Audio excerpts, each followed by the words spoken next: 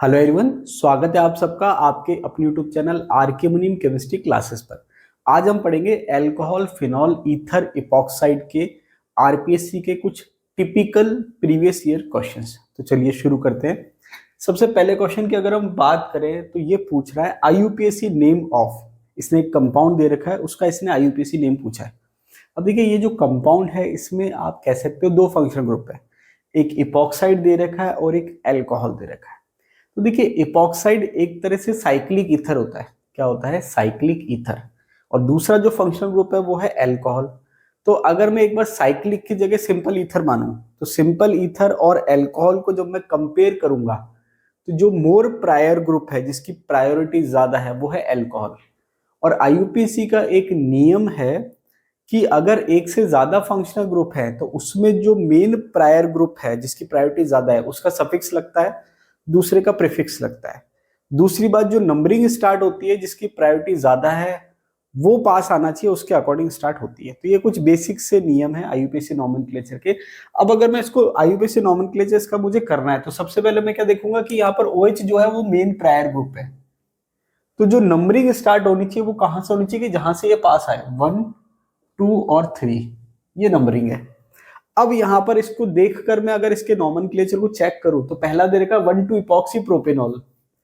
तो 1,2 इपॉक्सी दे रखा, जबकि नंबरिंग में ये 2,3 आ रहा है। इसको एक बार छोड़ देता हूं। फिर दे रखा है second option 1,2 epoxy propane 3 all. तो यहां पर आप देखेंगे कि उसमें और इसमें फर्क क्या है कि 1,2 इपॉक्सी तो दोनों ने दिया है। इसने प्रोपेनॉल में OH की पोजीशन शो नहीं करी थी, इसने शो कर दी 3 ऑल। अब 3 ऑल कब होता है? जब आप नंबरिंग यहां से करते हैं। अब क्योंकि OH मोर प्रायोरिटी वाला ग्रुप है तो नंबरिंग इस हिसाब से होनी चाहिए कि वो पास है। थर्ड ऑप्शन है ऑक्सीडेन। सिंपल साइक्लिक ईथर को ऑक्सीडेन कह देते हैं, तो ये एक तरह से आईयूपीएसी नाम इसका ओवरऑल को तो नहीं हो सकता। चौथा ऑप्शन दे रखा है 2,3 इपॉक्सी 1 प्रोपेनॉल। अब यहां पर जब इसने नंबरिंग करी तो इपॉक्सी कौन सी पोजीशन पे आ रहा है? 2,3 पे, और अल्कोहल कौन सी पोजीशन पे आ रहा है? 1 पे। तो कंपेरेटिवली अगर आप चेक करोगे ओवरऑल तो ये आंसर सही है। क्यों? क्योंकि OH की प्रेफरेंस ज्यादा है तो नंबरिंग इस हिसाब से होनी चाहिए कि OH का है, पास है। तो ये इसकी नंबरिंग हो जाएगी, या इसका आईयूपीएसी नॉमेनक्लेचर हो जाएगा 2,3 इपॉक्सी 1 प्रोपेनॉल। ठीक है, नेक्स्ट क्वेश्चन की बात करें। फॉर द रिएक्शन, इसने एक रिएक्शन दे रखी है RCH double bond CHR, alkene दे रखा है। इसकी रिएक्शन करा रहे हैं ऑस्मियम टेट्राऑक्साइड से, साथ में वाटर दे रखा है और प्रोडक्ट बनेगा। तो जब आप प्रोडक्ट बनाओगे, प्रोडक्ट बना देता हूं मैं यहाँ पर। तो जब आप प्रोडक्ट बनाओगे तो ये दो OH जुड़ते हैं प्रोडक्ट में, ठीक है। H तो साथ में था ही, तो ये आप देखोगे R, ये R और H तो है ही, तो ये H ऊपर बना देता हूँ। चलो, ये फाइनली प्रोडक्ट बनता है। इसका मतलब डबल बॉन्ड टूटता है और दो H जुड़ जाते हैं। ये ओवरऑल प्रोडक्ट है। अब यहां पर जो चार ऑप्शन दे रखे उसमें क्या पूछ रहा है? अनट्रू स्टेटमेंट, मतलब गलत कौन सा इनमें से। अब होता क्या है कि जब स्टेटमेंट दे रखे होते हैं और हम उनको पढ़ते हैं तो हमें बहुत टिपिकल लगते हैं। क्यों? क्योंकि हमें लगता है कि ये तो हमने पढ़ा ही नहीं है। लेकिन आपको क्या करना है कि जब इस टाइप के क्वेश्चन आए, कोई बात नहीं, अगर मान लो आपको पढ़ा हुआ नहीं है तो आप छोड़ भी सकते क्वेश्चन। लेकिन अगर आप कंसंट्रेट होकर पढ़ोगे, एक एक शब्द पे ध्यान दोगे, तो आपका काम हो जाएगा। काम हो जाएगा मतलब आपका आंसर निकल जाएगा। कैसे निकल जाएगा? जैसे मैंने भी ये क्वेश्चन पहली बार पढ़ा तो मुझे भी लगा कि तो ऑप्शन बहुत टिपिकल दे रखे हैं, लेकिन जब आप सारे ऑप्शन बहुत ध्यान से पढ़ोगे तो आपका आंसर आ जाएगा। कैसे आ जाएगा? पहला ऑप्शन दे देगा it occurs and a diolate is formed first. अब यहां पर ये जो टर्म्स है इसका हमें थोड़ा नॉलेज होना चाहिए, वो तभी होगा जब हमारा पढ़ा हुआ हो। तो देखिए, होता क्या है कि जब आप इस तरह से रिएक्शन कराते हो, तो ये मैंने कहा कि ये कार्बन कार्बन डबल बॉन्ड है, साइड की वैलेंस से शो नहीं कर रहा, और ये ऑस्मियम है, और ये डबल बॉन्ड ऑक्सीजन, ये डबल बॉन्ड ऑक्सीजन, ये डबल बॉन्ड ऑक्सीजन, ये डबल बॉन्ड ऑक्सीजन। इस टाइप से रिएक्शन होती है। तो रिएक्शन कैसे होती है कि ये यहां से यहां, ये यहां से यहां, और ये यहां से यहां, इस टाइप से होती है। तो जब ये रिएक्शन होती है तो ये कार्बन साइक्लिक ट्रांजिशन स्टेट बन रही है। ये आपके ऑक्सीजन, ये ऑस्मियम, ये बॉन्ड, और ये डबल बॉन्ड O, ये डबल बॉन्ड O। तो आपने क्या देखा ओवरऑल कि यहां पर बॉन्ड गया, बॉन्ड आया, और ये ओवरऑल साइक्लिक स्ट्रक्चर बनी। क्लियर? अब इस केस में हो क्या रहा है? इस केस में ये हो रहा है कि ये एक तरह से साइक्लिक ट्रांजिशन स्टेट है, कंसर्टेड मैकेनिज्म है, पेरिसाइक्लिक टाइप से एक स्टेप है। तो ये जो बना है स्ट्रक्चर, इसको आप दो नाम से जान सकते हो। किस नाम से जान सकते हो? दो नाम से। अब दो नाम जो है वो इसके क्या हैं? एक तो आप इसको डायोलेट कह सकते हो, और जो दूसरा नाम है वो है इसका ऑस्मिट एस्टर। ठीक है, आप चेक करोगे तो लगभग आपको इस टाइप से समझ में आ जाएगा। तो ये जो स्पीसीज बनी है जो इंटरमीडिएट है उसको आप डायोलेट कह सकते हो और ऑस्मिट एस्टर भी कह सकते हो।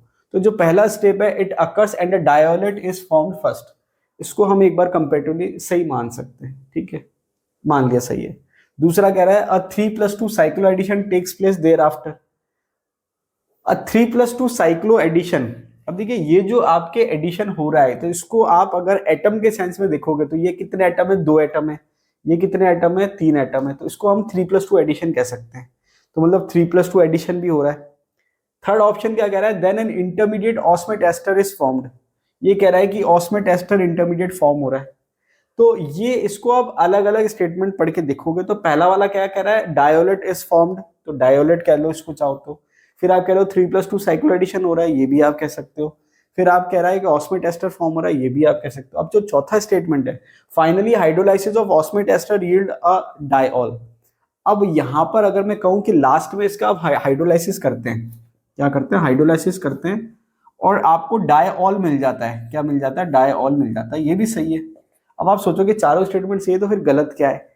मैंने आपसे क्या कहा था, आपको बिल्कुल कई बार ध्यान से पढ़ना पड़ता है क्योंकि ऑप्शन आपको लगे तो सभी सही है।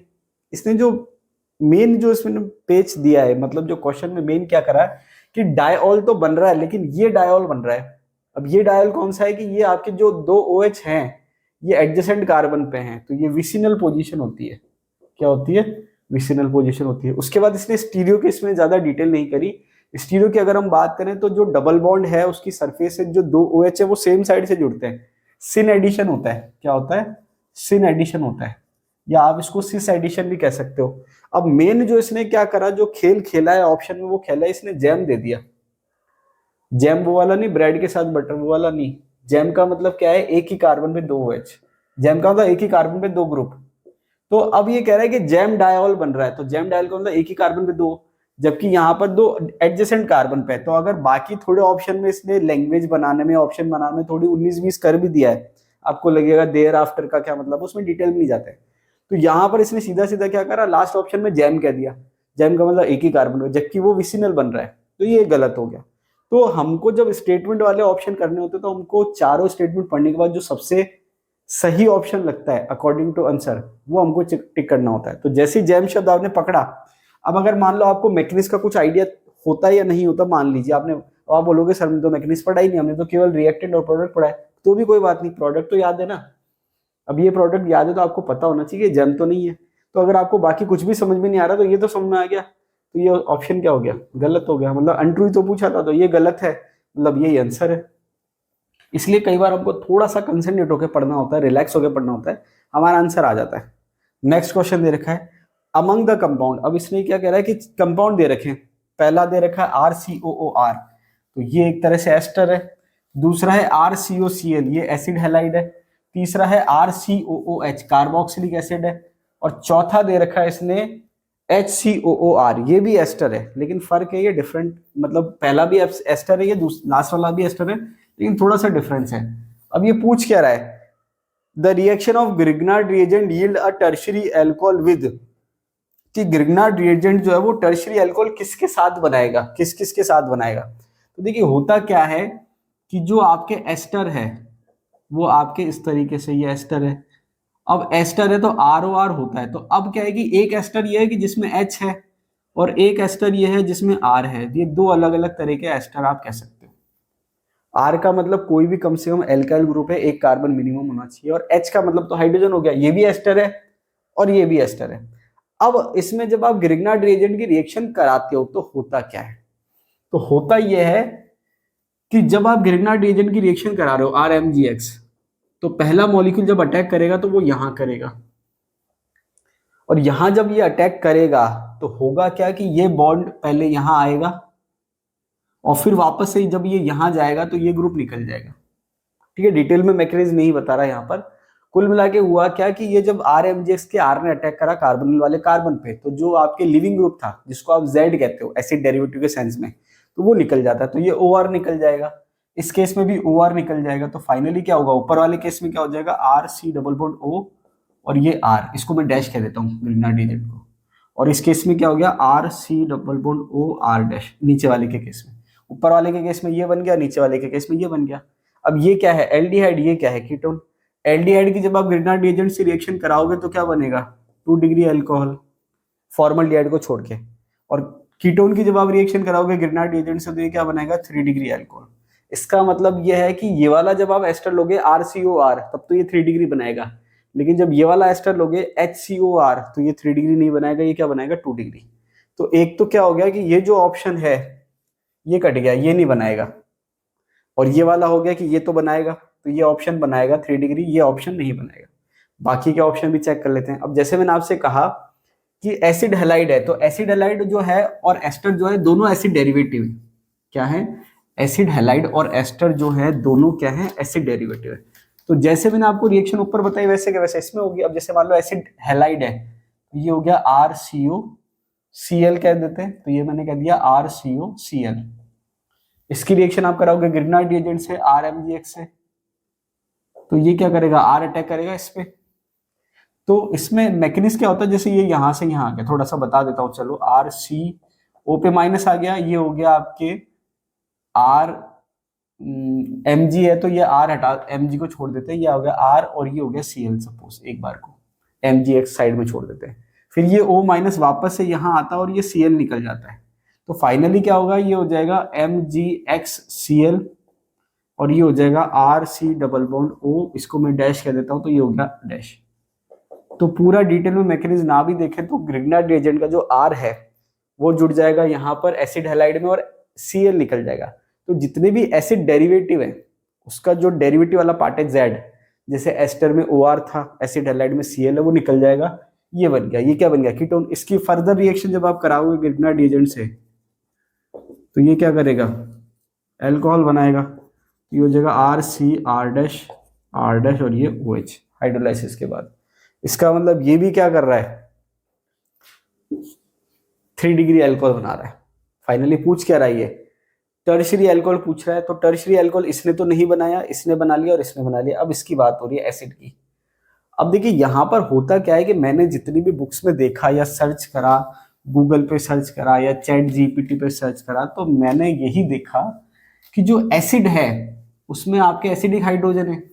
और ग्रिग्नार्ड रिएजेंट की जब हम रिएक्शन पढ़ते हैं तो उसमें एक तरह की रिएक्शन होती है एक्टिव हाइड्रोजन स्पीसीज के साथ। तो जो एक्टिव हाइड्रोजन स्पीसीज है उसकी जब हम ग्रिग्नार्ड रिएजेंट से रिएक्शन कराते हैं, जैसे मान लो कि ये आपके कोई भी Z है और ये H है, Z को कुछ भी हो सकता है, ये एक्टिव हाइड्रोजन है। इसकी जब आप ग्रिग्नार्ड रिएजेंट से रिएक्शन करा रहे हो RMgX के साथ, तो होता क्या है कि ये H इसके साथ चल जाता है क्योंकि एसिडिक है। तो फाइनली क्या बनता है, RH और ये आपके MgZX इस टाइप से निकल जाता है। तो जब आप कार्बोक्सिलिक एसिड लोगे तो ये हो जाएगा RCOOH और ये हो जाएगा RMgX। तो रिएक्शन क्या होगी कि इसका जो एसिड का H है वो इस R' के साथ चला जाएगा, तो ये हो जाएगा R' प्लस RCOOMgX। अब मैंने तो यही पढ़ी है, तो इसके हिसाब से क्या होगा कि जो एसिड है वो आपके नहीं बनाएगा अल्कोहल, बनाएगा ही नहीं। लेकिन अब मुझे अजीब ये लगा कि ये एक्चुअल में असिस्टेंट प्रोफेसर का क्वेश्चन है 2020 का, ठीक है। तो उसमें जो आंसर दे रखा है वो ये दे रखा है, first second and third only. अब मुझे ये समझ में नहीं आया कि फर्स्ट और सेकंड तो हो जाएगा, कोई प्रॉब्लम नहीं है, फोर्थ नहीं होगा, ये भी कोई दिक्कत नहीं है, लेकिन इसने एसिड को भी मान लिया। तो जहां तक मैंने पढ़ा है, हो सकता है मैंने ढंग से नहीं पढ़ा हो या कुछ मेहनत में कमी रह गई हो, कोई बात नहीं। जहां तक भी मैंने देखा है मुझे तो यही मिला। अभी भी जस्ट आपकी वीडियो बनाने से पहले मैंने ChatGPT पे भी सर्च किया था, तो यही रिएक्शन दे रखी है। तो मेरे अकॉर्डिंग जो एसिड है वो ग्रिग्नार्ड रिएजेंट से एसिड बेस रिएक्शन करेगा, जिसमें एसिड का H जो है ग्रिग्नार्ड रिएजेंट के R के साथ जाएगा और एल्केन बन जाएगा। तो ये रिएक्शन मैंने पढ़ी है, हो सकता है कुछ और आपको कहीं मिल जाए। तो अगर आपको कुछ और मिलता है कि भाई ये एसिड के साथ अल्कोहल बनेगा 3 डिग्री, तो आप मुझे भेज सकते हैं व्हाट्सएप पे, ताकि मैं इंप्रूवमेंट कर सकूं। तो फिलहाल जो मुझे अभी तक जितनी नॉलेज है, जो मैंने पढ़ा है कि एसिड जो है वो तो नहीं बना रहा 3 डिग्री अल्कोहल ग्रिग्नार्ड रिएजेंट के साथ। तो मेरे अकॉर्डिंग तो आंसर ये होना चाहिए, ठीक है, मेरे अकॉर्डिंग ये होना चाहिए। लेकिन आरपीएससी ने जो मॉडल आंसर की दे रखी है और फाइनल आंसर की दे रखी है उसमें ये दे रखा है। तो मैंने जो पढ़ा है उसके अकॉर्डिंग तो मेरा आंसर क्या आ रहा है, ये कि आपके जो ये वाला एस्टर है RCOR और एसिड हैलाइड, ये क्या बनाएगा, 3 डिग्री अल्कोहल बना लेगा। तो 3 डिग्री अल्कोहल ग्रिग्नार्ड रीजेंट के साथ कौन बनाता है, एस्टर, एसिड हैलाइड, और एस्टर कौन से, RCOR वाले, और कीटोन, ये 3 स्पीसीज जो है वो 3 डिग्री अल्कोहल बनाते हैं, किसके साथ, ग्रिग्नार्ड रीजेंट के साथ। तो मेरे अकॉर्डिंग आंसर ये होना चाहिए, लेकिन आरपीसी ने आंसर ये दे रखा है।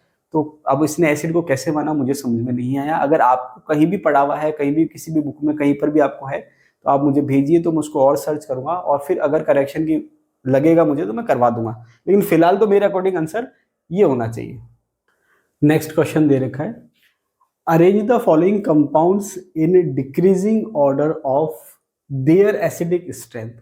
मतलब जो कंपाउंड्स दे रखे हैं उनको उनकी डिक्रीजिंग एसिडिक स्ट्रेंथ के ऑर्डर में अरेंज करना है। क्या क्या दे रखे, फिनॉल, पैरानाइट्रोफिनॉल, मेटाक्रिसोल और पैराक्रिसोल। अब देखिए पहले तो आपको इनके स्ट्रक्चर का आइडिया होना चाहिए। फिनॉल तो आई थिंक आप सब जानते ही है, OH और बेंजीन रिंग, ये फिनॉल है। दूसरा दे रखा है पैरानाइट्रोफिनॉल। तो पैरानाइट्रोफिनॉल मतलब पैरा पे आप नाइट्रो ग्रुप लगा दीजिए तो ये हो जाएगा पैरानाइट्रोफिनॉल, ठीक है। उसके बाद है मेटाक्रिसोल। क्रिसोल में क्या होता है कि CH3 ग्रुप जुड़ा हुआ होता है फिनॉल से। अब अगर ये कह रहा है मेटा है तो मेटा पोजीशन पे CH3 हो जाएगा, और अगर ये कह रहा है पैरा है तो पैरा पोजीशन पे CH3 हो जाएगा। अब होता क्या है कि ये, अगर आपने GOC के मेरे वीडियो देखे हो पुराने, तो उसमें मैंने आपको बता रखा था कि अगर आप फिनॉल की एसिडिक स्ट्रेंथ की बात करो या कार्बोक्सिलिक एसिड के एसिडिक स्ट्रेंथ की बात करो, तो उसमें अगर आप इलेक्ट्रॉन विड्रॉइंग ग्रुप ऐड करेंगे जो इलेक्ट्रॉन लेने का काम करता है, तो वो एसिडिक स्ट्रेंथ को बढ़ाएगा, और अगर इलेक्ट्रॉन डोनेटिंग ग्रुप ऐड करेंगे जो इलेक्ट्रॉन देने का काम करता है, तो वो एसिडिक स्ट्रेंथ को कम करेगा, ठीक है। अब यहां पर अगर मैं बात करूं CH3 की, तो CH3 जब पैरा पोजीशन पे है और ये CH3 किस पे है, मेटा पोजीशन पे, तो ये इलेक्ट्रॉन देने का काम कर रहा है। क्या कर रहा है, इलेक्ट्रॉन देने का काम कर रहा है, तो इसकी एसिडिक स्ट्रेंथ कम होगी, ठीक है। अब इन दोनों को मैं एक बार कंपेयर नहीं कर रहा कि इन दोनों में से किसकी ज्यादा होगी, एक बार इन दोनों की अगर मैं ओवरऑल बात करूं तो इसकी एसिडिक स्ट्रेंथ कम होगी, किससे, फिनॉल से, क्योंकि ये इलेक्ट्रॉन देने का काम कर रहा है और NO2 इलेक्ट्रॉन लेने का काम करता है। तो ओवरऑल NO2 जब ऐड हो जाएगा तो उसकी एसिडिक स्ट्रेंथ ज्यादा होगी फिनॉल से। तो बेसिक एक हो गया कि नाइट्रोफिनॉल की एसिडिक स्ट्रेंथ ज्यादा है, फिर फिनॉल की, और फिर क्रिसॉल की। अब कौन से क्रिसॉल की उसको मैं छोड़ देता हूँ एक बार को, ठीक है। तो सबसे ज्यादा किसकी है, पैरानाइट्रोफिनॉल, और फिर फिनॉल, और फिर क्रिसॉल। तो सबसे पहले ये जो आपके है पैरानाइट्रो, मतलब सेकेंड ऑप्शन सबसे ज्यादा है, तो सेकेंड ऑप्शन इसमें है, इसमें है, इसमें है और इसमें नहीं है, तो ये कट गया, ये कैंसिल हो गया ऑप्शन। अब फिनॉल सेकंड नंबर पे कौन है, फिनॉल है, मतलब नाइट्रोफिनॉल के बाद कौन है, फिनॉल है, मतलब सेकंड के बाद फर्स्ट आना चाहिए। तो इसमें सेकंड के बाद थर्ड आ रहा है, ये कैंसिल आउट हो गया। इसमें सेकंड के बाद थर्ड आ रहा है, ये कैंसिल आउट हो गया। अब बचा क्या, ये सेकंड के बाद फर्स्ट, उसके बाद फोर्थ है, और लास्ट में है थर्ड, ठीक है। तो ये आंसर हो जाएगा। अब इसमें जो है आपने ओवरऑल क्या करा, इसको क्रॉस चेक कर लिया कि भाई नाइट्रो की सबसे ज्यादा है, फिर फिनॉल की, और फिर इनकी। तो आपका इसी से आंसर आ गया कि ये दोनों का ऑर्डर जो है वो ज्यादा होना चाहिए, बाकी के कम हो जाएंगे। नेक्स्ट क्वेश्चन की बात करते हैं। अब देखिए आपको अकॉर्डिंग टू ऑप्शन चलना होता है। अब आप पूरा इसको, क्योंकि इसमें फिर भी आपको डाउट आ जाएगा कि इन दोनों में से किसकी ज्यादा है, तो क्योंकि आपको इन दोनों को चेक करने की जरूरत ही नहीं पड़ी, क्यों, क्योंकि इनके हिसाब से आपका आंसर डिसाइड हो गया, तो फिर इसको हमने छोड़ दिया, ठीक है। तो अकॉर्डिंग टू ऑप्शन आपको चलना है। तो जब आप अकॉर्डिंग टू ऑप्शन चलेंगे तो आपको हेल्प मिलेगी।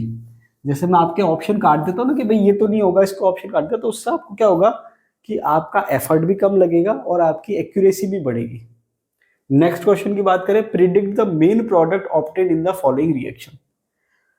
अब सिंपल सी बात यह है कि जब आप ग्रिग्नार्ड रिएजेंट की ऑक्सीजन के साथ रिएक्शन कराते हो, अब ये हम एलिफेटिक के लिए कहें या एरोमेटिक के लिए कहें कि सेम ही है, तो यहां पर अगर मैं सिंपल आर मान लेता हूं, एरोमेटिक के लिए भी मैं आर मान लूं, तो ये क्या है, RMgX है। सिंपल ग्रिग्नार्ड रिएजेंट मान लो, अगर मैं सिंपल एलिफेटिक भी मान लूं, और इसकी रिएक्शन में अगर ऑक्सीजन के साथ करा रहा हूं, तो रिएक्शन क्या होगी, ROMgX, और जब आप इसका हाइड्रोलाइसिस कराओगे तो ये हो जाएगा ROH। तो आप कह सकते हो कि 1 डिग्री एल्कोहल बनाने का एक मेथड है ये। तो अब अगर R की जगह pH होता या C6H5 होता, तो यहाँ pH आ जाता या C6H5 आ जाता। तो आपके जो प्रोडक्ट बनेगा वो बनेगा अल्कोहल, वो भी 1 डिग्री। तो यहाँ पर क्या बन जाएगा, फिनॉल।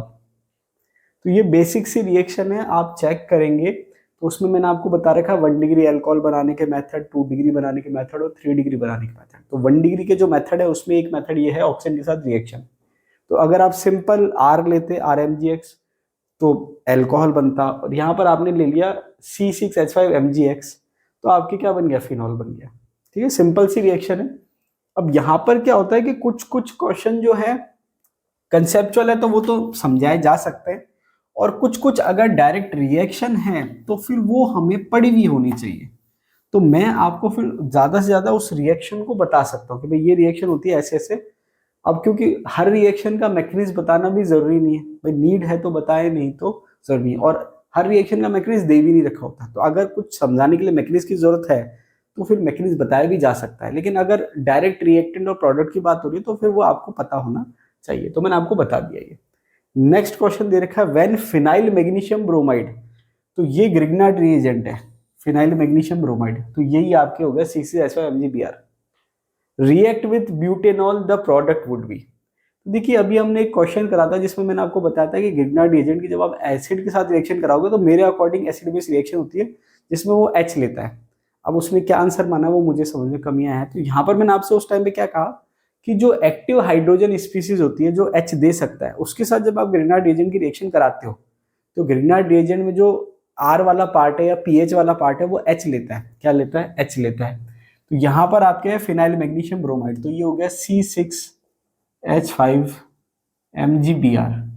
इसकी रिएक्शन आप किसके साथ करा रहे हो, ब्यूटेनॉल के साथ, प्लस CH3 CH2 CH2OH, ये आप रिएक्शन करा रहे हो।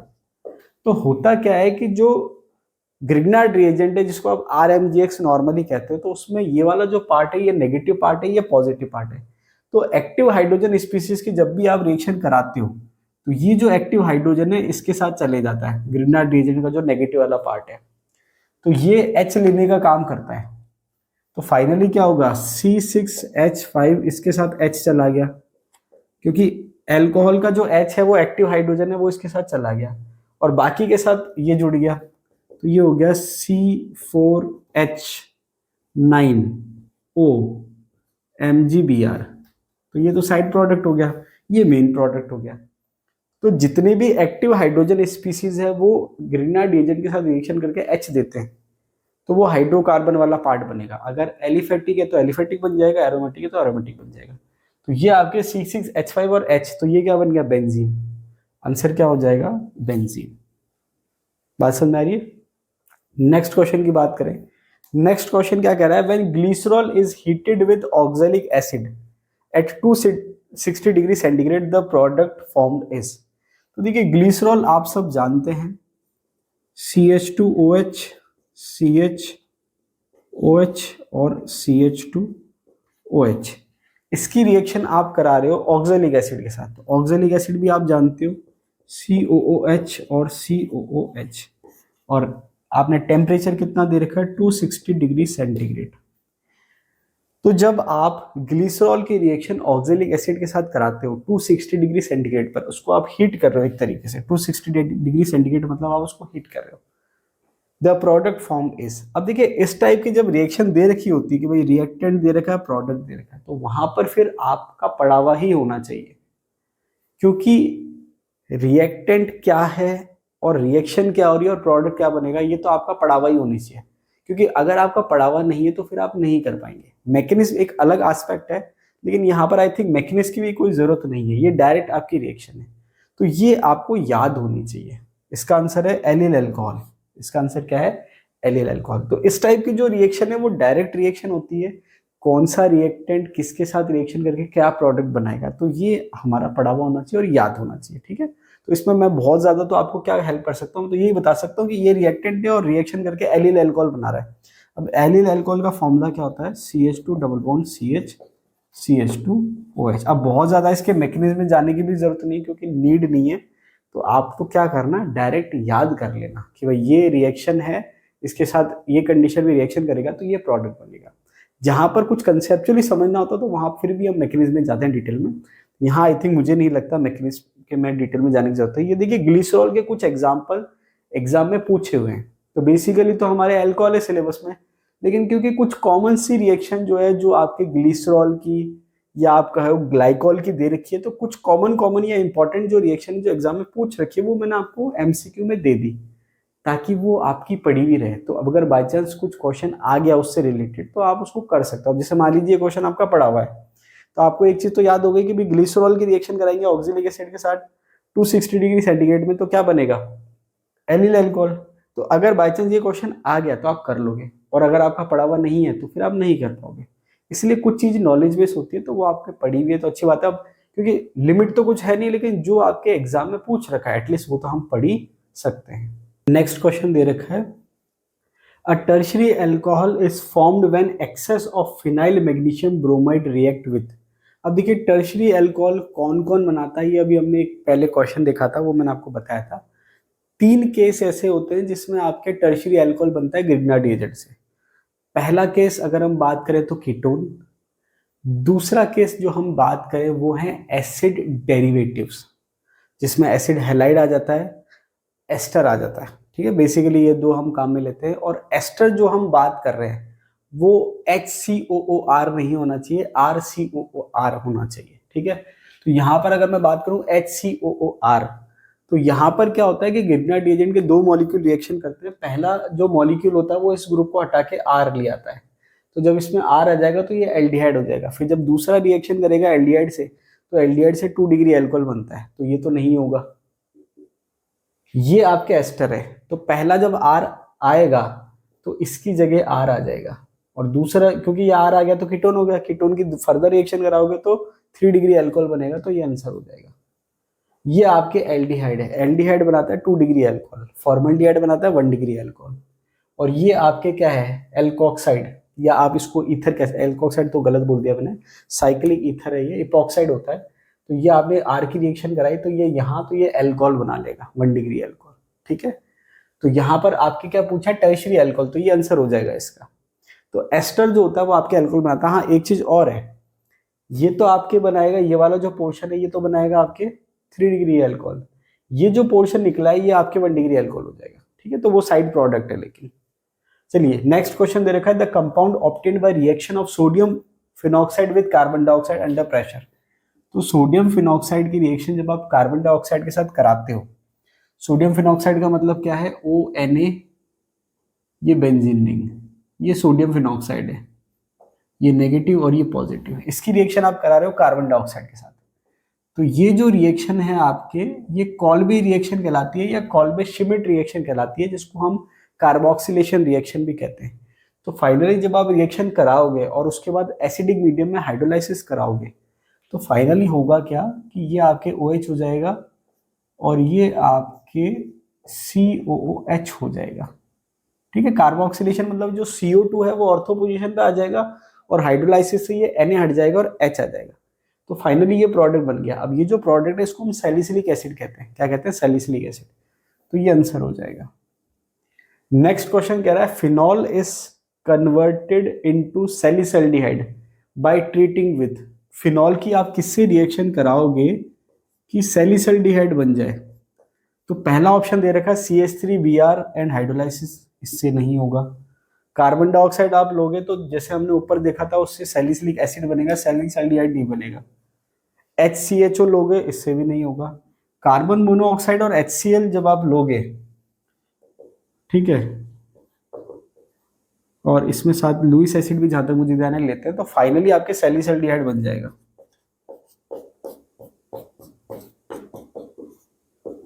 ठीक है, अब ये जो रिएक्शन है ये मुझे एग्जैक्ट नाम ध्यान नहीं आ रहा, थोड़ा बहुत ऊपर नीचे हो सकता है। गेटरमान रिएक्शन है, गेटरमान कोच रिएक्शन कहलाती है, आप गूगल पे चेक करना, क्योंकि गेटरमान नाम से 2-3 रिएक्शन है। तो ये आप आई थिंक गेटरमान सिंथेसिस या गेटरमान कोच सिंथेसिस, जो भी, आप इसको चेक कर लेना एक बार गूगल पे। तो ये रिएक्शन है, तो फाइनली इसका जो आंसर होगा वो ये होगा। तो आप सर्च करना गूगल पे, तो आपको मिल जाएगा गेटरमान के नाम से जो भी रिएक्शन आए वो सारी सर्च करना, तो एक्यूरेट नाम आपको क्लियर पता चल जाएगी। गेटरमान रिएक्शन है, गेटरमान कोच सिंथेसिस जो भी है, ये रिएक्शन है। कार्बन मोनोऑक्साइड और HCl के साथ रिएक्शन कराओगे तो सैलिसल्डिहाइड बनेगा। लास्ट क्वेश्चन दे रखा है आपके, when glycol is heated with dilute H2SO4 the product formed is. अब ये कह रहा है कि जब आप ग्लाइकॉल की रिएक्शन करा रहे हो डाइल्यूट H2SO4 के साथ तो प्रोडक्ट क्या बनेगा। तो देखिए यहाँ पर मैंने आपको बताया है कि जब आपके ग्लाइकॉल का केस हो या ग्लिसरॉल का केस हो तो वो तो आपको रिएक्शन याद करनी है। तो इस केस में जब मैं बात कर रहा हूँ ग्लाइकॉल की, तो ग्लाइकॉल की स्ट्रक्चर क्या है, ये OH और ये OH, ठीक है, और ये CH2 हो गया, CH2 हो गया। इसकी रिएक्शन आप करा रहे हो डाइल्यूट H2SO4 के साथ, dilute H2SO4, the product form is. अब देखिए जो प्रोडक्ट फॉर्म होता है वो उसकी स्ट्रक्चर कुछ इस टाइप से है, CH2 CH2 CH2 CH2 और O, ये प्रोडक्ट बनता है। अब ये जो प्रोडक्ट है ये एक्चुअल में इसको आप क्या कहते हो, 1,4-डाइऑक्सिन, इसको हम क्या कहते हैं 1,4-डाइऑक्सिन, ये बनता है। इथाइलिन ऑक्साइड 3,3-डाइमिथाइल 2-ब्यूटेनोन एलिल अल्कोहल। अब यहाँ पर क्या है कि ये इस टाइप के क्वेश्चन हम तभी कर सकते हैं जब हमारा पढ़ा हुआ है, क्योंकि दिमाग लगा के या कंसेप्ट लगा के ये क्वेश्चन नहीं किए जा सकते। क्यों? क्योंकि अगर कोई रिएक्शन है तो रिएक्टेंट से क्या प्रोडक्ट बनेगा ये तो आपको याद ही होना चाहिए, फिर कैसे बनेगा वो एक अलग बात है, वो मैकेनिज्म वाला पार्ट हो जाएगा। तो मैकेनिज्म भी जो जनरल रिएक्शन होती है उसके दे रखे होते हैं, हर रिएक्शन का मैकेनिज्म नहीं दे रखा होता और हमको करना भी नहीं है, क्योंकि हमें हमारे टाइम का सही यूटिलाइजेशन करना है। तो ये जो रिएक्शन है कि ग्लाइकोल की जब आप डाइल्यूट H2SO4 के साथ रिएक्शन कराओगे तो ये बनेगा, इसको हम कहते हैं 1,4-डाइऑक्सिन। तो ये जो आपके डाउट्स थे अल्कोहल फिनॉल ईथर इपॉक्साइड के, वो मैंने आपको क्लियर करवा दिए हैं। इसके बाद भी आपको लगे कि कोई डाउट है तो आप पूछ सकते हैं, मैं आपको सॉल्व करवा दूंगा। देखिए थ्योरी अगर आपको लग रहा है कि हमने थ्योरी तो पढ़ी नहीं है, ये क्वेश्चन है, तो थ्योरी वीडियो मैंने आपको पहले पढ़ा रखे हैं, उसका जो प्लेलिस्ट का जो लिंक है मैं डिस्क्रिप्शन में दे दूंगा, तो वहां से आप थ्योरी वीडियो भी देख सकते हैं, तो आपके और कंसेप्ट क्लियर हो जाएंगे। फिर भी अगर आपकी कोई प्रॉब्लम है, डाउट है, तो आप मुझसे पूछ सकते हैं। तो अभी के लिए इतना ही, मिलते हैं अगले वीडियो में, तब तक के लिए धन्यवाद।